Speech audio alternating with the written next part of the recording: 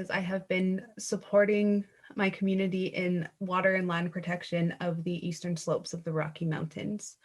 What I do is help to instill hope in the community and mobilize action amongst youth, traditional leaders, knowledge keepers, and women in our community. I strongly believe that the role of women in leadership is something that ties so closely with environmental conservation and land protection.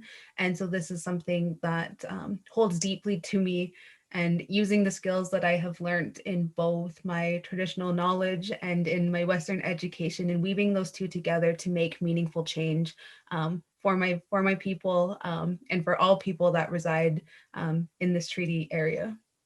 What really motivates me is empowering my community, my circles, and my network to continue to grow and never stop improving. So for me, that's areas of learning and development.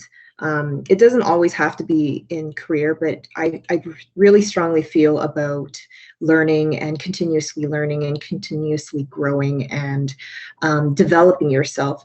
So those are some of the things that I've been practicing and I've been trying to bring to the community.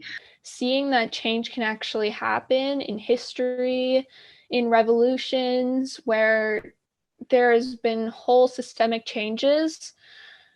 What also motivates me is to see how people stand up for what they believe in, and I find that very inspiring, and it makes me want to do the same. I've never really thought of myself as a community leader, but I guess part of it has been the activism I've shown for women and making connections between women and generations through handwork, and that's happened at the Women's Center and on Zoom and off Zoom, and also at 1,000 Voices, which is mostly newcomer women, and it's been wonderful to make those connections.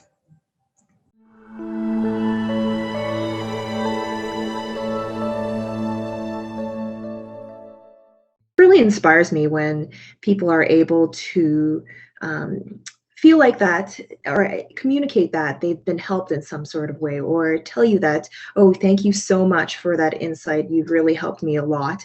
And I think that that type of reciprocating help and just being able to give feedback on that, it really it creates it creates like a momentum, you know. And I think that being a leader or activist, you are the one to drive that momentum, and you're able to see the fruits of that momentum, and you're able to see it spread, because it's not, you know, it's not a one person thing. It really does take a community, and it takes ongoing persistence to create that and develop that within that network. So I think that's what being a community leader and being an activist and being active in those things means to me. What this work means to me is setting an example for my daughters and my son of what it means to take action and to be niitsitapi. To me, being niitsitapi comes with a lot of roles and responsibilities, and some of that is being compassionate, is leading through example, is leading with an open heart and speaking for the land. That is our role as niitsitapi women, to carry that forward and to pass that on to the next generation. So that's really what I'm trying to do here, is to provide that leadership and that guidance to my children as they watch and join me in this journey of land and protection, because it is going to be their children and my grandchildren that will live off this land, and we need to leave something better for them than what is here now.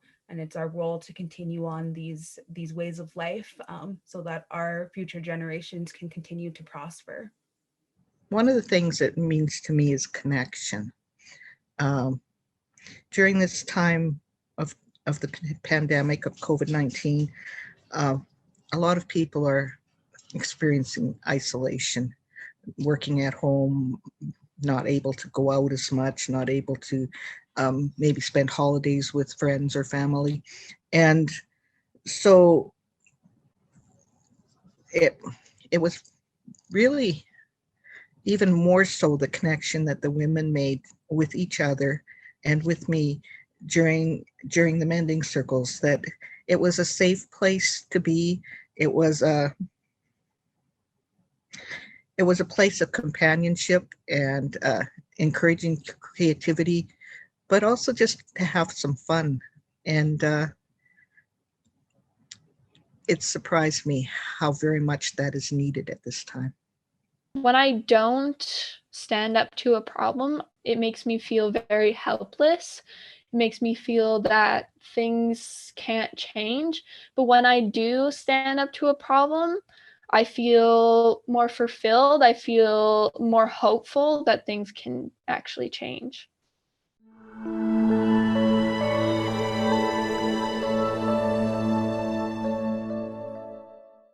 In particular, women, I hope that the